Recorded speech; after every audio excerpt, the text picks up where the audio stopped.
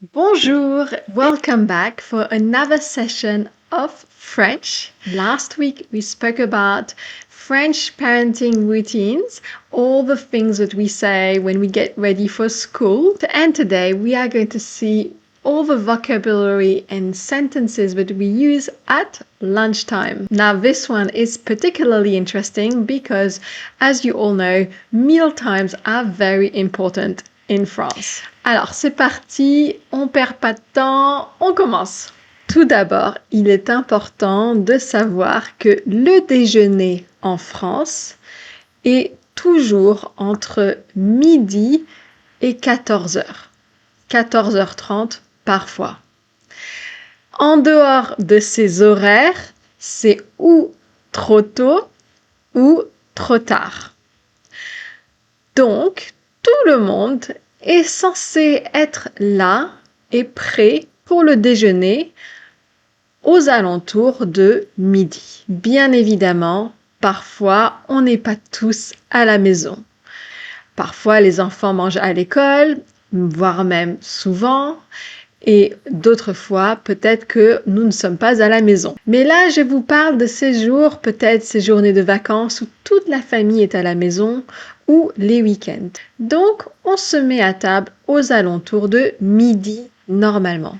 Avant le repas, les parents, la maman ou le papa vont tout d'abord rappeler à leur enfant, et je vais parler au singulier, mais bien entendu, s'il y a plusieurs enfants, on parle au pluriel.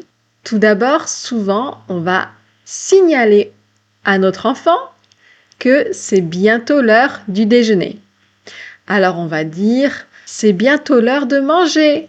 Va te laver les mains. Va te laver les mains. Mets la table. Mets la table. Ou aide-moi à mettre la table. Lorsque c'est véritablement prêt, on va dire à table. Ensuite, on ne commence jamais à manger avant qu'il y ait tout le monde de près. Donc, si maman est encore dans la cuisine ou papa n'est pas encore là, on attend pour leur dire de venir s'installer autour de la table. Lorsque tout le monde est installé autour de la table, on va souvent dire « bon appétit »,« bon appétit » avant de commencer. Cela dit, si vous êtes dans un restaurant gastronomique, on ne dit pas bon appétit. C'est plutôt pour des moments en famille, entre amis, de dire bon appétit.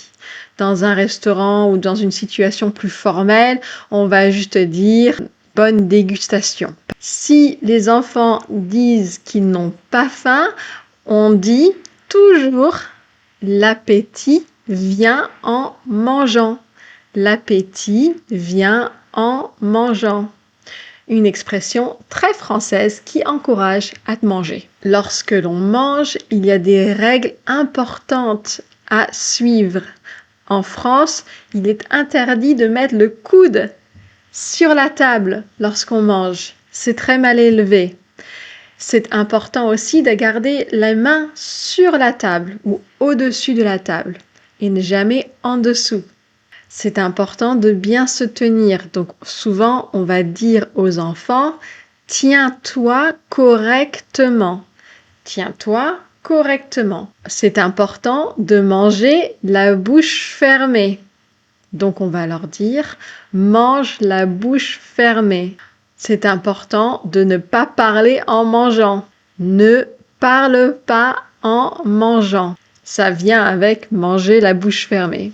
Ensuite, on va dire des choses rigolotes pour s'assurer qu'ils mangent tout ce qu'il y a dans leur assiette. Par exemple, on va dire « mange tes légumes, sinon tu seras privé de dessert ». Mange tes légumes, sinon tu seras privé de dessert. Ou, encore plus rigolo, s'il y a des carottes, mange tes carottes, ça me rend aimable. Mange tes carottes, ça rend aimable. On va aussi toujours dire aux enfants de goûter. C'est très important en France que les enfants goûtent un petit peu de tout. Donc si ils ne veulent pas goûter et qu'ils disent qu'ils n'aiment pas, on va toujours leur dire tu goûtes avant de dire que tu n'aimes pas.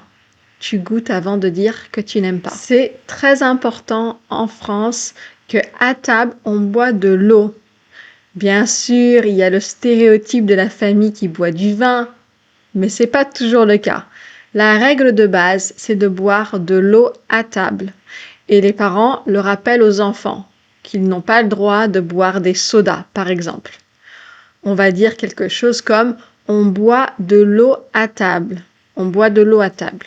En France, il y a toujours du pain sur la table. Le pain est servi avec tous les repas. Mais on rappelle toujours aux enfants que le pain, c'est pour accompagner. Ça n'est pas le repas. Le pain, c'est pour accompagner.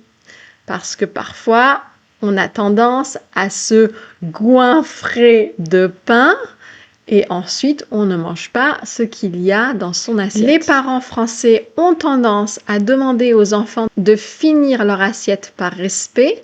Donc, on va souvent leur dire « finis ton assiette »,« finis ton assiette ». À la fin du repas, lorsqu'ils ont fini de manger, on va leur demander de débarrasser la table, d'aider à débarrasser la table.